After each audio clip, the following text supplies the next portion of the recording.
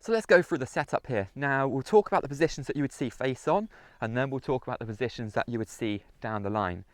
So this face on position here, we like to see a nice, good, solid base, a nice wide base to stop any swaying left or right. So get yourself nice wide stance, feel like you're nice and grounded, sort of sat into the back of your hips a little bit. Actually, you don't want to be getting forward onto the toes.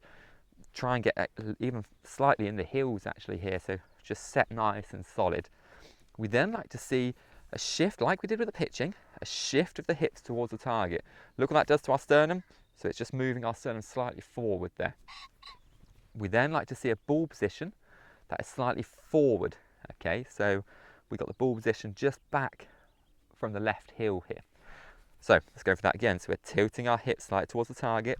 We're getting that ball position slightly further forward. So that ball is now kind of just back from my left heel. That was the middle of my stance there, back of the stance there. You can see the ball position is just on that left heel, but it's fine there because we're just tilting our sternum forward.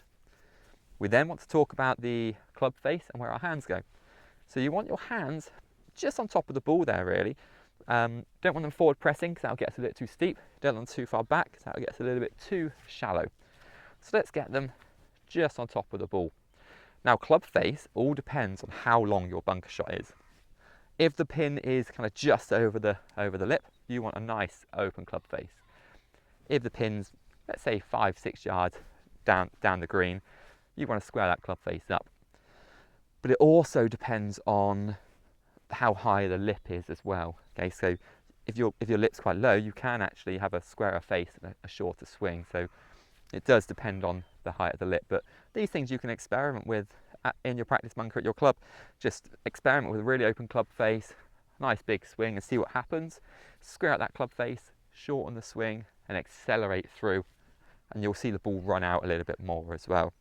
One thing I will add is when you are opening or closing this club face, you're not allowed to ground the club in your setup. Sorry, lots of noisy pheasants and crows around here. So you're not allowed to touch that sand in your setup. That'll be a penalty shot in the rules of golf there. So make sure that you do hover the club when you're adjusting this club face, and you're only allowed to touch the sand once you actually do your swing. The rule has changed now. You can, when you walk in the bunker, if you sort of touch the sand accidentally, that's fine. But if you deliberately touch the sand in your setup, then that's still a penalty. So that is the setup from face on. Now let's talk about what goes on down the line. So the setup position down the line. So we spoke about sort of sitting into the shot. You can see much clearer here how much kind of we sit back into the heels in the shot. If you get too much in the toes, you'll lose balance there. So we do like to sort of sit and squat into the shot a little bit. You can see how the hands are a little bit lower as well. Now there's a good reason why we do that, and that helps us use the bounce of the club.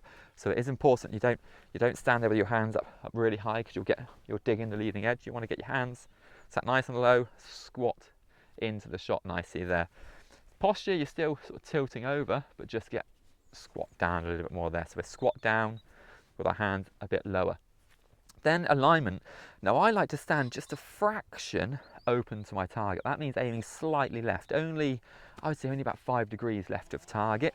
But that, I find that just helps for me to glide the club through. You can stand square if you like, but a lot of people like to stand a little bit left of target in their setup.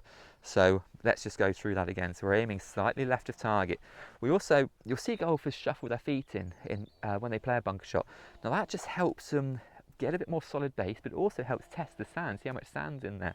Because if there's a very shallow amount of sand, you've got to play the shot slightly differently to if there was lots of sand in the bunker. So we just shuffle our feet in just to test the sand. We're squatting down. Our hands are nice and low. We've just opened up that club face slightly without touching the sand. Tilt on that left side. You can see stance is slightly left of target.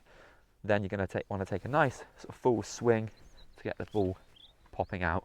But we'll go through that in the next section, which we're going to talk about the backswing, the downswing, and the impact position.